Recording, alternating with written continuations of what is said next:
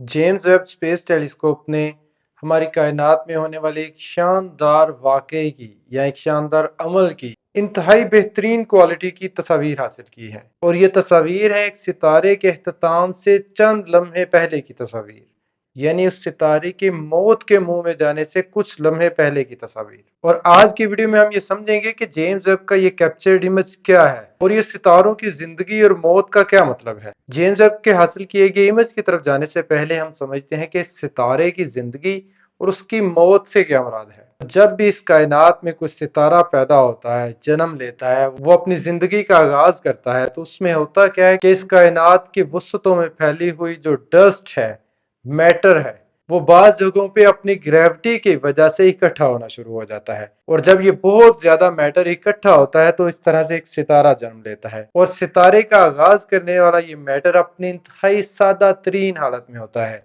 यानी इसके सेंटर में एक सिंगल प्रोटॉन और उसके इर्द गिर्द एक सिंगल इलेक्ट्रॉन होता है, यानी वो हाइड्रोजन की फॉर्म में होता है। इसका मतलब है जब भी एक सितारा जन्म लेता है तो वो सारे का सारा हाइड्रोजन से बना होता है।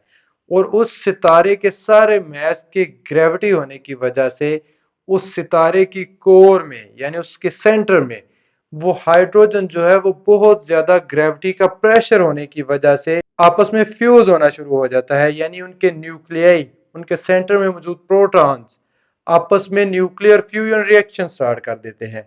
और यही फ्यूजन रिएक्शन है जो सितारों को फ्यूल करता है, यानी सितारों के पास सारी एनर्जी इसी न्यूक्लियर फ्यूजन रिएक्शन के जरिए आती है। इस फ्यूजन रिएक्शंस में एटम के न्यूक्लियाई आपस में फ्यूज होकर आपस में मिल के मजीद बड़े साइज के न्यूक्लियाई बनाते रहते हैं।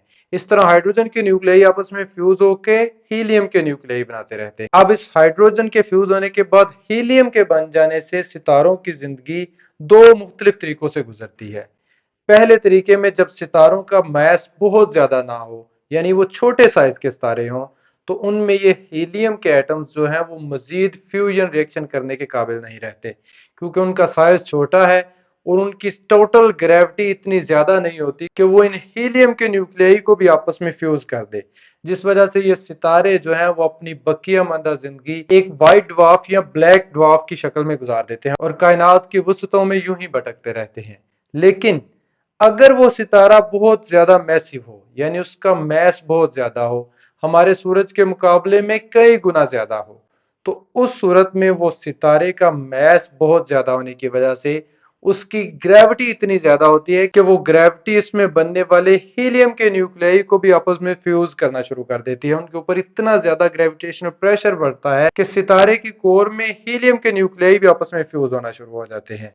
और ये हीलियम के न्यूक्लियाई फ्यूज होकर मजीद बड़े एटम्स ऑक्सीजन, मैग्नीशियम और उससे भी बड़े एटम्स यानी सिलिकॉन और आयरन वगैरह बनाना शुरू कर देते हैं। और एटम्स के न्यूक्लियाई का साइज जितना बड़ा होगा उनके फ्यूज होने से उतनी ही ज्यादा एनर्जी प्रोड्यूस होगी, और ये ज्यादा एनर्जी जो है वो मजीद फ्यूजन रिएक्शंस को इजनेट करती रहती है। इस तरह ये बड़े साइज के सितारे जो हैं वो हमेशा छोटे न्यूक्लियाई से बड़े न्यूक्लियाई बनाते रहते हैं। अब आमतौर पर सितारों के अंदर सिर्फ हाइड्रोजन के फ्यूज होने में ही अरबों साल गुजर जाते हैं और मजीद बड़े न्यूक्लियाई के फ्यूज होने में कंपैरेटिवली कम वक्त दरकार होता है। और इन बड़े सितारों में जब ये फ्यूजन रिएक्शन बार बार होता रहता है तो सारे के सारे न्यूक्लियाई जो है वो आयरन के न्यूक्लियाई में चेंज हो जाते हैं और आयरन से मजीद फर्दर फ्यूजन रिएक्शन होना स्टॉप हो जाते हैं। लेकिन इस सारे अमल के दौरान उस सितारे की ग्रेविटी और उसकी एनर्जी इतनी ज्यादा बढ़ चुकी होती है कि वो कोर में मौजूद इन आयरन के न्यूक्लियाई को इतना ज्यादा प्रेशर डालते हैं, उनको इतना ज्यादा कंप्रेस करते हैं कि उन एटम्स के इलेक्ट्रॉन्स जो हैं वो अपने न्यूक्लियाई के ऊपर कंप्रेस होकर आपस में मिल जाते हैं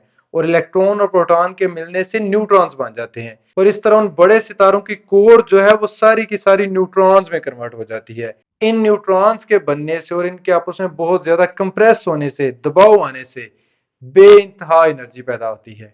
और इस बेइंतहा एनर्जी को ये सितारा और इसका मैटर और इसकी ग्रेविटी काबू करने के काबिल नहीं रहते। इसी वजह से जब ये कोर में न्यूट्रॉन्स बन जाते हैं तो शायद चंद ही घंटों के अंदर वो सितारा जो है वो अपनी बेपनाह एनर्जी की वजह से एक बहुत बड़े धमाके से फट जाता है और इस धमाके को आमतौर पर सुपरनोवा कहते हैं। और ये सुपरनोवा जो है वो उस सितारे की मौत है, क्योंकि इस सुपरनोवा के नतीजे में वो सितारा अपना सारे का सारा मैस जो है वो लूज कर देता है, वो इर्द गिर्द की कायनात में उसे बिखेर देता है। और इन सुपरनोवा के नतीजे में इतनी मैसिव शॉक वेव्स प्रोड्यूस होती हैं कि वो इर्द गिर्द की कायनात में दूर दूर तक अपने असरात छोड़ती है। तो इस तरह एक सितारा जो है वो अपने आगाज से लेकर अपनी मौत तक पहुंचता है और इस अमल में अरबों साल लगते हैं। आमतौर पर छोटे साइज के सितारों की लाइफ ज्यादा होती है, जबकि बड़े साइज के सितारे जो हैं वो अपनी ग्रेविटी ज्यादा होने की वजह से उनके अंदर फ्यूजन रिएक्शन का अमल ज्यादा तेजी से होता है, जिसकी वजह से उनकी एज कम होती है।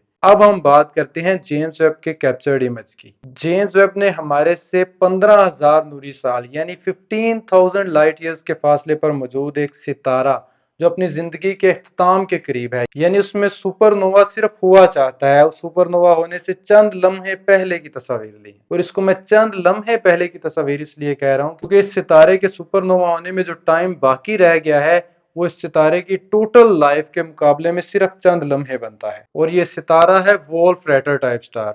वोल्फ रैटर टाइप स्टार्स उन स्टार्स को कहते हैं, उन सितारों को कहते हैं जिनका मैस जो है वो हमारे सूरज के मुकाबले में 20 से 50 गुना के दरमियान हो। ये खास सितारा जिसका इमेज कैप्चर किया गया है, जिसका एग्जैक्ट नेम WF124 है, इसका मैस हमारे सूरज के मुकाबले में 30 टाइम्स ज्यादा है और ये अपनी लाइफ की लास्ट स्टेजेस में है।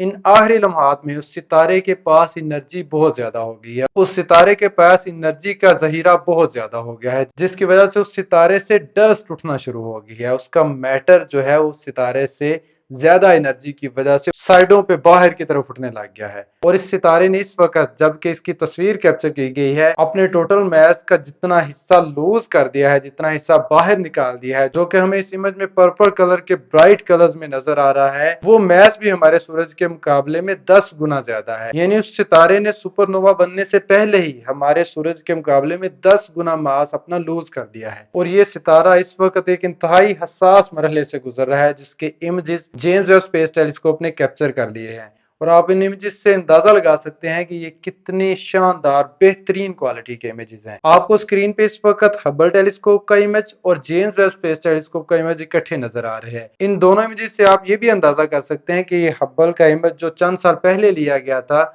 जेम्स वेब स्पेस टेलीस्कोप का इमेज उसके मुकाबले में कई गुना ज्यादा बेहतर है। और जेम्स वेब के इमेज में ये पर्पल जो डस्ट नजर आ रही है ये इतनी साफ और इतनी बेहतरीन हालत में इसलिए नजर आ रही है क्योंकि जेम्स वेब स्पेस टेलीस्कोप जो है वो चीजों को ऑब्जर्व करने के लिए, उनके इमेजेस कैप्चर करने के लिए इंफ्रारेड रेडिएशन इस्तेमाल करती है। इसके लिए जेम्स वेब स्पेस टेलीस्कोप पे 2 इंफ्रारेड इंस्ट्रूमेंट्स इंस्टॉल हैं और ये इंफ्रारेड रेडिएशन जो है वो हमें खला के अंदर कायनात में मौजूद जो डस्ट है जो आम रोशनी से वाजे नजर नहीं आती उसको भी देखने में हमारी मदद करते हैं। और इसका बेहतरीन रिजल्ट भी आपके सामने नजर आ रहा है, जिससे एस्ट्रोफिजिसिस्ट और साइंटिस्ट जो हैं वो सितारे की मौत से चंद लम्हे पहले यानी सुपरनोवा होने से पहले सितारों की हालतों के बारे में बहुत बेहतर तरीके से समझ सकते हैं। मुझे उम्मीद है आपको वीडियो इंटरेस्टिंग लगी होगी। अगर आपके जहन में इस वीडियो के मतलब कोई भी क्वेश्चन हो तो कमेंट सेक्शन में जरूर शेयर कीजिएगा। अल्लाह हाफिज।